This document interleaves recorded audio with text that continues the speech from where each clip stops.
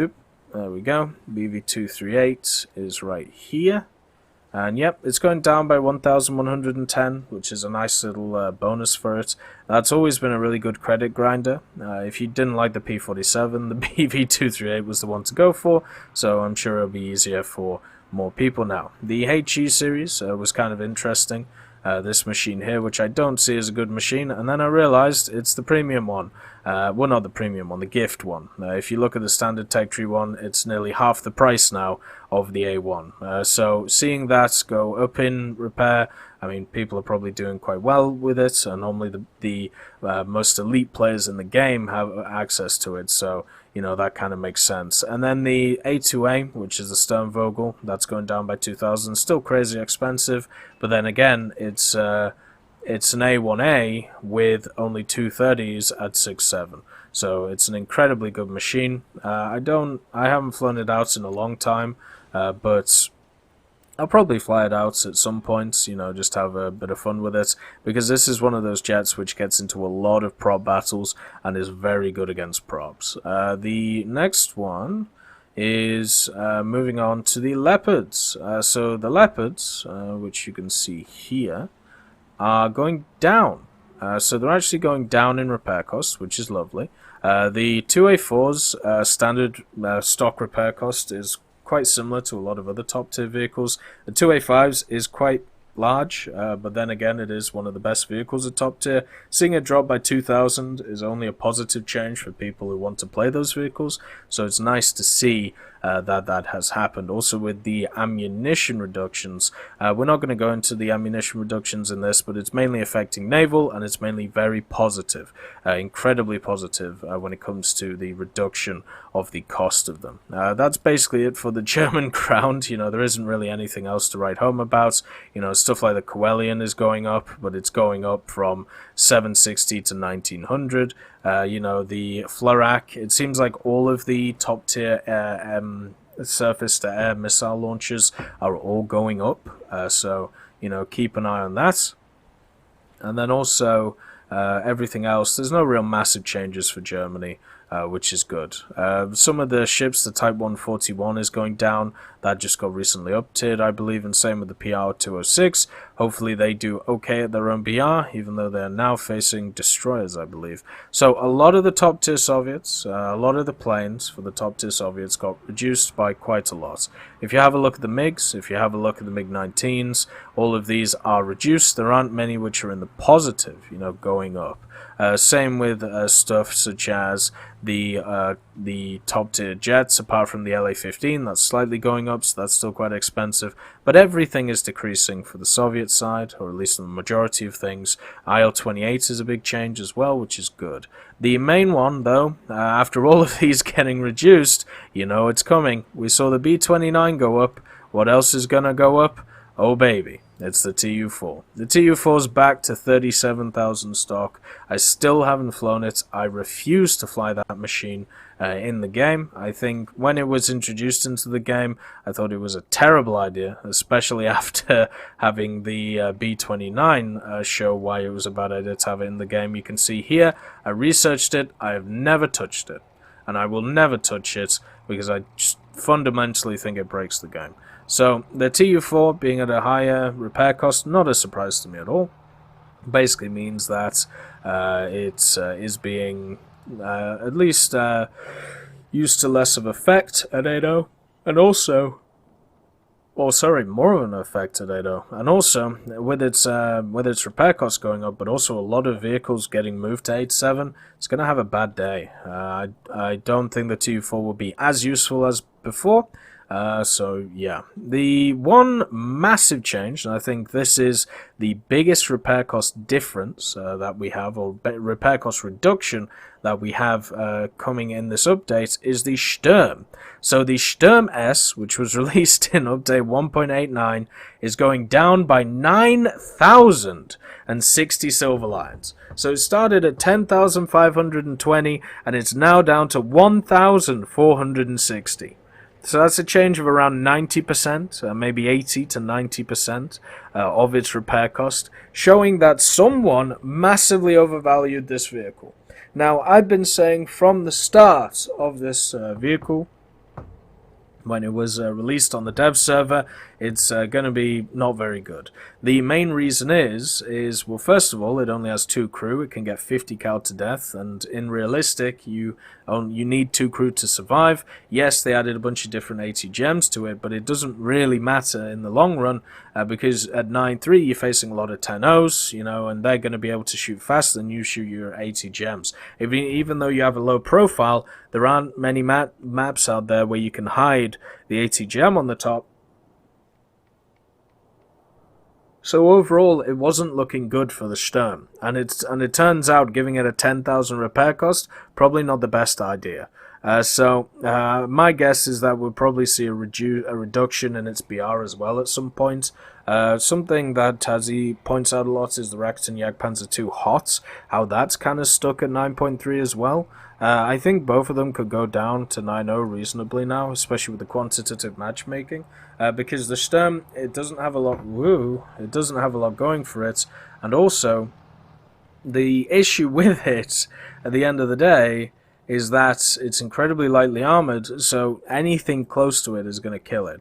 It is very much a machine which is going to get annihilated if it gets attacked, but should annihilate when it hits. The ultimate chaos weapon, which is not what you want in War Thunder. Talking about the complete opposite playstyle, the IS-7 is also being repair costed.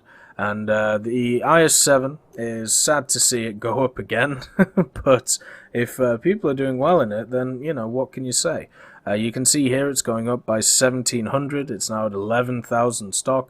Now, since this is a repair, you know, it is a gift vehicle, then generally not a ton of people have it. I've still been doing really well in it. You can see I've been trying to spade it out alongside the T62.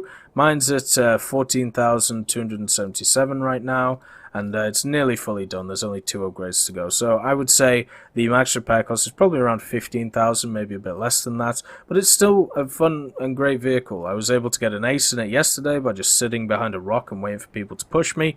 Obviously, the biggest issue with it at 8.3 is at 8.7, you have a lot of premiums with a lot of APF SDS and a lot of stabilizers, and they just eat you alive. So you have to play incredibly defensive. You can't be as dum like you were before, but it's still, you know, it's still good. It's still a nice vehicle to use. Very, very powerful round. The MBK series of boats for the Soviets is also changing a decent amount. If we can have a look here. Was it the MPKs that I was on about? It might not have been the MPKs. Yeah, it was. It was these two, sorry. So the PR-186 and the MBK-161. By the way, if you guys haven't been using your squadron points, make sure to use them. As you can see, I'm already 100,000 into the Project 35. Very, very happy with that. But the 186 and the 161, these two, the gunboats with a lot of guns on them, they are going up in repair costs. They must be doing pretty well. We'll have to see in the future. By the way, sorry, they're going down. They're not going up. So we'll have to see how that affects them in the future. I'm wondering if it's because of the issues of not being able to get the guns on the target that easy. I'll have to ask a few people about that. I'm not entirely sure about that. The next stuff is the Hornet. So we're on to Britain. The Hornet Mark III, most of these changes, not really a surprise. The Spitfires, some of them going up, some of them going down, mainly going up though, with the higher tier ones. Spitfires are always good, they're always fun to fly, always nice to see. So yeah, it's not really a surprise if they go up or down that much. The Hornet Mark III. So, the Hornet is going down by 2,640. I cannot believe that the Hornet was 21,000 SL to repair. Even now at 18,000, it's crazy to me. The British have pretty much nothing to counter stuff like the HE-177, and the one thing that they have is a fully costed up 23,000 repair cost. Now the Hornet is good. you know, it's good, especially now it has its secondary armaments in ground realistic. It's amazing in air realistic because of its high climb rates and because of its Hispano guns. Like, you can see here, I'm 49 and 43 in it, but that's because I've been using it in ground battles as well, you know, to be able to kill ground targets. So take away this and take away about 26 deaths, because that's basically what it is, and I'm at a 2-to-1. Like, it's a very fun plane. You basically climb, you hit a bomber, and then you try and hit somebody who is also climbing on the other side of things. Very easy to use, very nice to do, and it also has some lovely camouflages alongside of it as well, if you're interested in that. Unfortunately, you can't, you know, grind them out, but at least they're there. So, to see this go down in repair cost is great, but still, 18,000 repair cost. Crazy high for the only machine that the British get at this tier that can deal with those heavy bombers that a lot of people see as issues, you know, such as the HE-177 or even the Arado. So yeah, it would be nice if it was reduced more. It is a very fun plane to fly. I highly recommend it to anyone, but it's just a surprise to me that it is so high. So now, slaps in the face time. Well, not slaps in the face, better, not as much slappy, a little bit less slappy. So if somebody absolutely twatted you last week, this week they're giving you a little bit less of a force and a little bit more of a love tap. So the Lancaster, the first one goes up, so it's now 10,000 repair cost. The Lancaster Mark III is at 12, it's going down by 1,280, so it's now at 14,000 to repair, stock. The Lincoln, which still doesn't have its proper bomb loads, may I add, is now at 24,000 to repair. So, I was playing. I played with Tazzy last week, and it might have been last week or the week before. We were playing the Lancasters, and it was mainly just to see, could we get to bases? You know, was it actually available for us to be useful in these machines? And the answer is no. And it's because of one simple fact. First of all, you spawn lower than your German counterparts, which makes absolutely no sense. Second of all, the DO 335 exists, which gets an incredible good air spawn for what it is, and also has a really nice rate of climb, so it can climb straight into you. Third of all, the MG151 exists in both 20 and 15mm form.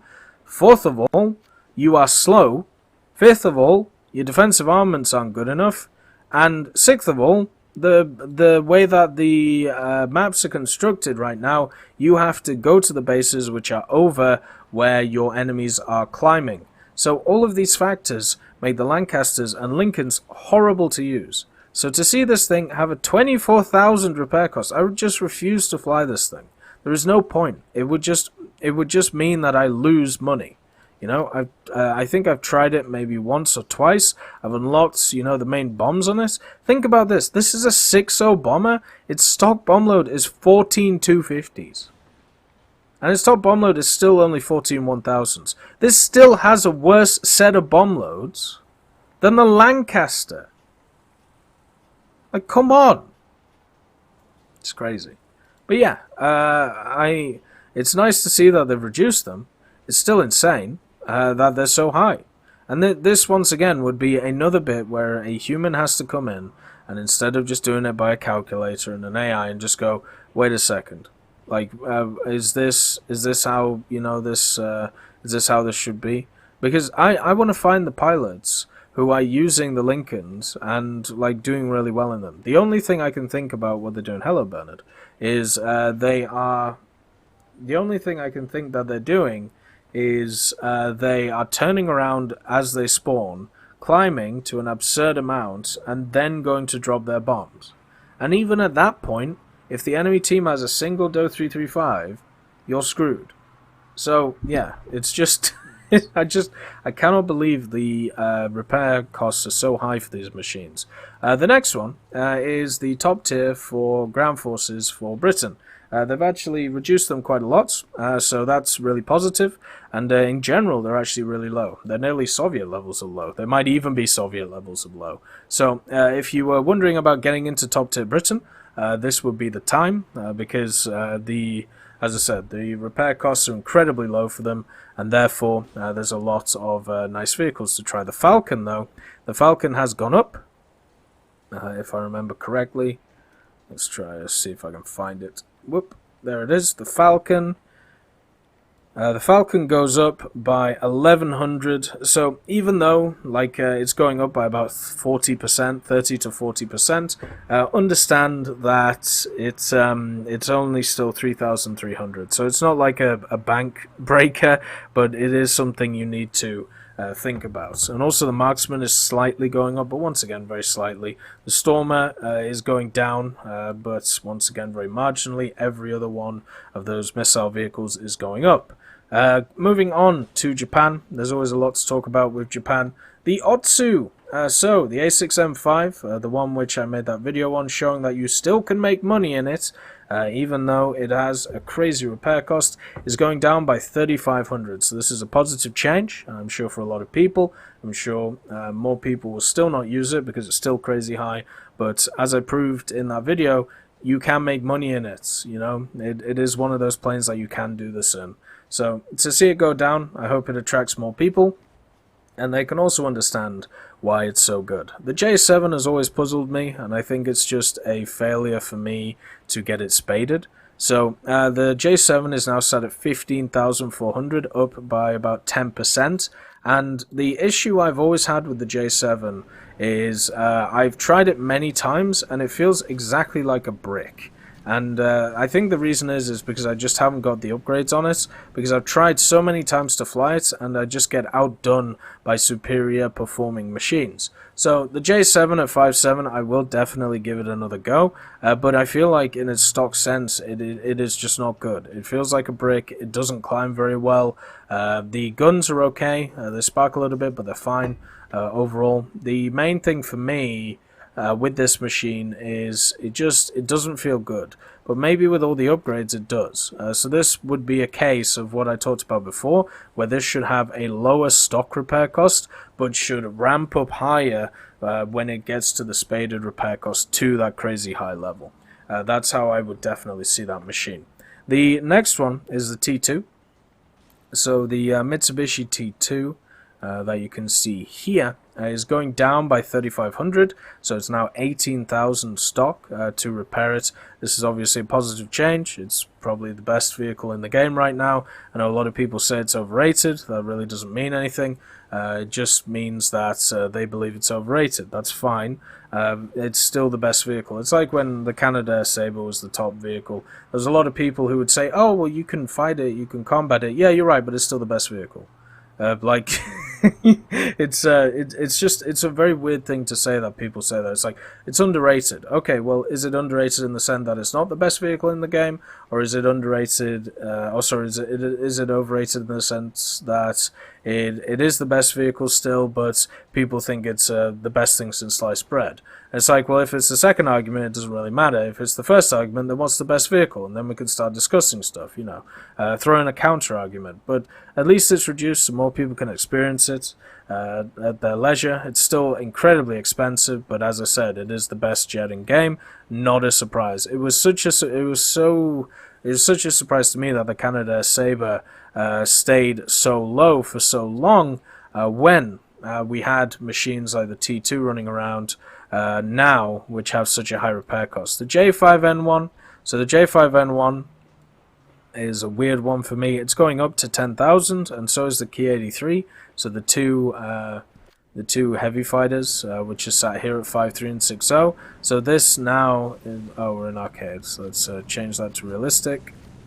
The J5N1 is at 12,000 max full. The Ki 83 is at 10,060, not full, you know, not stock but not spaded. The J5, so this is one of those weird vehicles because my experiences in it were quite negative. Spading it felt really hard. Spading it did not feel fun, did not feel enjoyable, but once it was done, once it was spaded, it felt great. But as you can see, my stats tell a different story.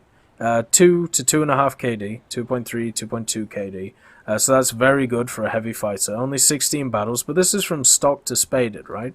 So this is from going from no upgrades to all the upgrades. So maybe my experiences are just jaded by something, I don't know, but I never felt like I was in control with this thing in battles, whereas the stats tell a different story. So that would be a situation which is, you know, kind of odd. Seeing it go up, not really a surprise after looking at the stats, but after thinking about my personal experiences, kind of surprised. Same with the Key 83, the same ideas. The R2Y2s. So the R2Y2s, two of them got up BR to 7.3. They also got the airfield spawn, so the airfield spawn is the real killer for those machines. They'll still be good, but they just won't be as good as they were before, or broken, some may argue. The V2 and the V3 are going up by 3,000 and 1,900 respectively to bring them up to 22,000. So these are going to be machines where it's going to be hard to turn over the repair costs because you can't bomb a base anymore with them. Generally what I would do in the R2Y2 is I would actually first bomb a base because for some reason they get a bomb reticle. I have no idea why they get a bomb reticle because if you have a look at this machine, look at this. What are you seeing through? Like, how do you have a camera down there? Like, what gives you a bomb reticle in this thing? It's very odd. But yeah, all of these, or at least the ones I've flown, have bomb reticles, and that meant that dropping the 800 on a base was very easy to do, so you got kind of a guaranteed amount of silver lines before you went into the battle. And that was nice, you know, but now you can't really do that because of the airfield spawn. So we'll see how the up BR and also the up repair cost affects these things. I still think they'll be very useful and ground realistic. I still think a lot of people use them. They're still fun aircraft to fly. They're very easy aircraft to fly. So if you still need to spade them, it's not like the end of the world for them. You know, it's not going to kill them. The G8. Now the G8 is always perplexing to me, and I'm pretty sure the only reason it's its repair cost is because of its bomb load, and its bomb load isn't even that impressive. It's only impressive on really specific maps, because what you can do is you have 3 800 kilos. So that, in its effect, can kill 3 carriers if you're incredibly lucky. So the G8 has just an insane repair cost. It's up to 33,000. The majority of maps that you get on in the G8, if you're ever on the Pacific maps, you have nothing to bomb. You have nothing to bomb. So you just become a gunship, and yes, it has a lot of 20s around it, and yes, it's hard to approach it from anywhere without getting shot, but still, is it as good like as a TU-4? Is that at its BR? You know, this is the same BR as the B-29. Would you take this or the B-29? I take the B-29 every day over this machine. So it is at least odd to me that this is in the position that it's in. Maybe I just need somebody to explain it to me. Maybe this is a kind of blind spot to me, but the maps that it gets on just don't have good targets. They don't have good targets to hit with the G8. So, like, I don't know how it's doing so well. I don't know. It's one of those weird ones. The next ones are the vehicles for the ground. Hull reproduction is the only one which is really noted. The hull reproduction got nerfed quite hard when it lost its repair speed, but it's still incredibly good, which is why it has a 15,000 repair cost right now. One thing that I really like about it is it's really hard to one-shot a hull re, even if you hit either of the weak spots. So the two... weak spots weak spots is an interesting word, but basically the two places you shoot it are here and then here, where the gunner is. So you can hit here and you can hit the gunner and the loader, and sometimes you can hit the ammo and set it off. But then if you hit here, you hit the transmission and the driver and the engine. Neither of these shots kill the Ho-Ri, you know. It does have a lot of one-hit survivability on it, meaning that, at least to me, that's why it's good.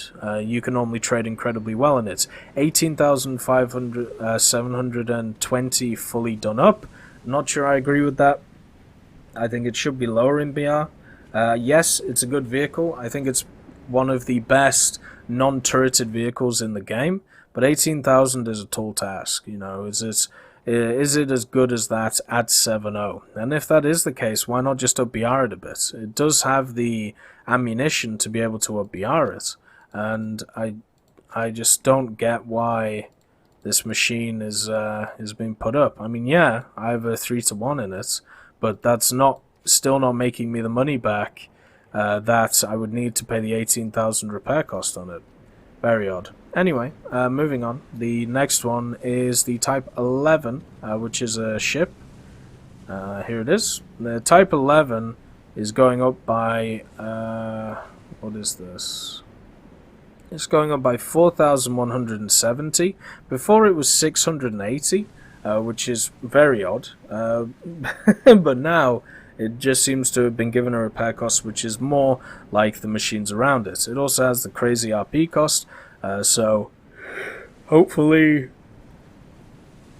you got it when its research cost was a little bit lower, but now it's at 75k.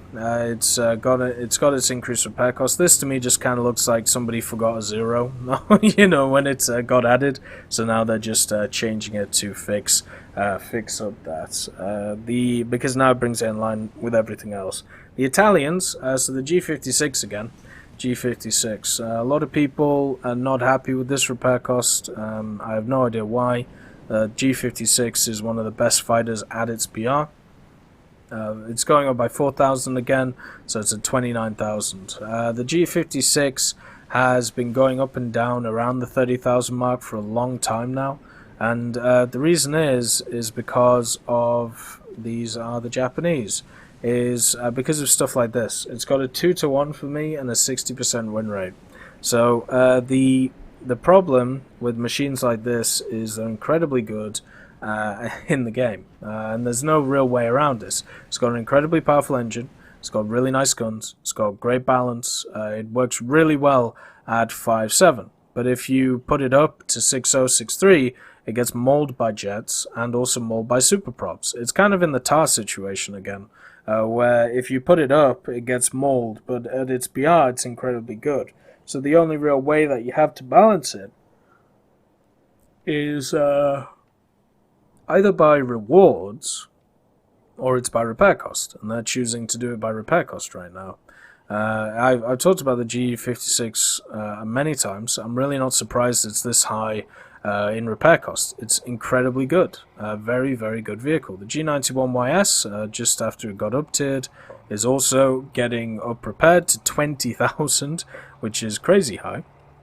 I know a lot of people sing the praises of the G91YS, but now that it's more expensive than the Mitsubishi T2, is that a good move? Maybe, maybe not. We'll have to see how it goes. I personally think that it would be nice if it was a little bit lower than that, so people could make some money, but I understand the economy of top tier. The SM91 and 92, they're both going up, not a surprise. Hopefully the SM92 at some point gets its bug fixed. If you don't know what the bug is, you can shoot the prop hubs on the SM92 with any gun, like even a 7.92, and they'll immediately break, which knocks out your engines. So the moment that you get shot in the SM92, your engines die, and it's really annoying. Even though, you know, my stats in it are good, they're good in both of them. These are great planes, so seeing them go up, not really a surprise. They're still easily profitable with the margins that are given. The P108s, they follow the general trend of all the other heavy bombers, which is sad to see that they're massively going up as well. So now 11,000 and 13,000 respectively. These machines can't defend themselves very well. They get a nice altitude spawn. On certain maps they do really well. The fact that they get 3 torpedoes is really cool, even though the the torpedoes aren't the best, but that's a really nice touch. The 7500s is good. I wish they carried a little bit more. I'm gonna have to see how, you know, how different these repair costs fit with them, because the main issue with bombers like this is, can they get to the bases before dying? And if they can get to the bases, normally they make their money back. If they don't, then they don't, you know. So we'll have to see. The Ariete P, so when the Ariete was added, I was very interested to see what they'd do with the Ariete P, because obviously now why would you want to take the Ariete P over the Ariete? What's the reason? Well, now the repair cost is the reason. Whereas before there wasn't really one, apart from you'd have the Ariete P as a backup, so seeing it get reduced is nice, meaning that it will have a place. Moving on to some French aircraft, we have the D520, which is going up by 1,360, and I don't rate the D520 at all. I really don't like flying it in the French tech tree or in the British tech tree. I think it loses way too much speed, it cuts out too easily, and its guns at 2.7 are just not good enough now that we have stuff which runs around with armor at that tier. So seeing it go up in repair cost is kind of a surprise. I will definitely just spade it out to make sure that's, it gets everything else spaded. I do need to actually spade some of these French aircraft, like the D500. I just haven't touched them, just never have really, and just blew past them. So yeah, I'll spade it out. I'll see how it is. Like I don't rate it at all. It doesn't have enough speed, and its turn is great until you run out of energy, which is after the second turn. So then they eat you alive if they play properly. P-63C5, incredibly good aircraft for the French. It's very good in ground forces with the 75 Jumbo lineup. It's very good in air forces because it's a King Cobra. So seeing it go up by 2,000, not really a surprise to 6,510. It's, as I said, it's a multi-role vehicle, very good as a fighter, very good as an attacker, very good as a tank killer. So overall, seeing it go up, not a surprise. The next one is the whole of rank 4. When it comes to the French, is going down, I believe. Yeah, you can see here, like the F8 F1B, the F4U7, the AD4, the Barougeon, the F84, all the rank 4s and 5s, a lot of them are going down by a decent amount. 84 is going up, but it's still incongruent with all of the rest of them. You know, the majority are getting around that 8 to 10,000 Silverline bracket, which is completely fine for these machines. They easily have enough rewards to make that back. So that's overall a good change for them. Then we have two vehicles for the ground forces. We have the Lorraine. The Lorraine is going up again by 2,000, so it's up to 18,000 now. It's going to hit that 20k mark at some point. They can't just keep up BRing it, because eventually it's going to run into a lot of APF SDS, and since the Lorraine isn't that well armoured, it's just going to go straight through it. So it'll even, a lot of people will be like, oh my god, it's even worse. But yeah, the Lorraine 40T I think will hit the 20k mark. It's a really good vehicle. It's really fast. It's got a great autoloader, one of the best penetrating guns at its tier. It's got a lot going for it in the form of, playability in the game, and it's also got a really good lineup around it, in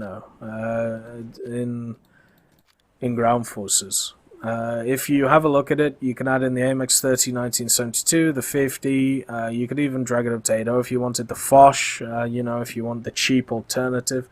So yeah, there's still a lot of stuff which makes it, really good. So seeing it go up again, really not a surprise. It is one of those special vehicles in the game, which in the hands of people who are good is incredibly good. The last one is the MX 30 1972. That's going down by 1,300. A lot of people were sad when the AMX 30 went up to 7.7.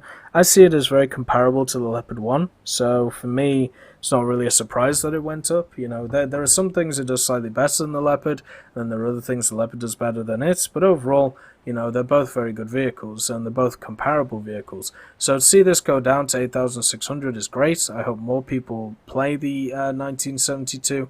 Mine's at 11,000 right now, and it's got 2.5 upgrades to go. And then my Leopard, let's see, Leopard is at 4,610. I have no idea why this machine's repair still stays so low. It just, I don't know, it boggles my mind, especially when we look at some of the other ones. Look, the A1A1, its repair cost is 6,825. By the way, the A1A1 was one of the easiest grinds for me. I actually ground it from stock to spaded in 58 battles 86 kills, 43 deaths. 2 plane kills, which were basically helicopters. So, to see that thing have like 6,825 repair costs fully spaded, and to see like the AMX 30 have an 11,000 and not fully spaded, that's a bit of a kick in the teeth. I'll definitely say that. So the Leopards may need a bit of readjusting, but that's basically it for all of the repair cost changes. As I said, if you have a specific vehicle that you want to look at, if you have a specific vehicle to check out, make sure to check out the lists for yourself. There's a lot of really cool and interesting changes here, and hopefully people won't be too annoyed with some of these changes, because remember, it's all based on algorithms, it's all based on calculations. Some of them definitely need oversight though, as I've talked about in this video. I hope you all have a wonderful day, and I'll see you next time. I'd just like to thank B. Young, Blackie, Daniel Stanton, John Reinman, Leonard Rudnick, Martinez, Matati, Moxie, Nick Graham, Alobrilo, Super Cacti, Elove Goats, and Seductive Trashcan for supporting the channel.